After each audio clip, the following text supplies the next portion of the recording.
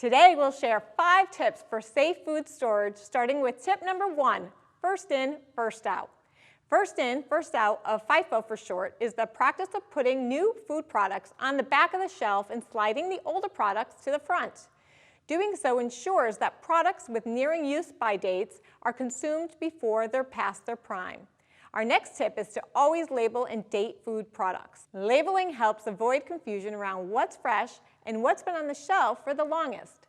Labels should include the type of food, the date it was put in the cooler, and the use-by date. Tip number 3 is to always store cooked meat on a separate shelf.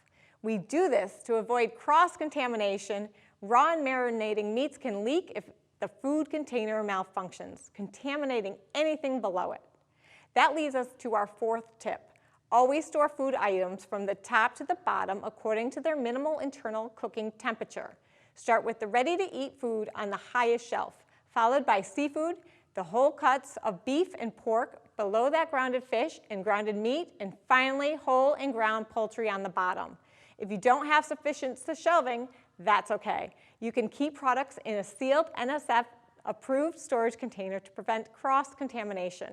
Last but not least is tip number 5, the 6-inch rule. The 6-inch rule states that food items should be stored at least 6 inches from the ground. Why? It helps improve sanitation by preventing contact with dirty floors and reducing the risk of pest infestation.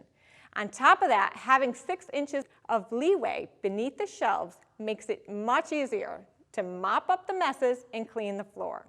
There you have it, 5 tips for safely storing food in a walk-in cooler. Thanks for watching.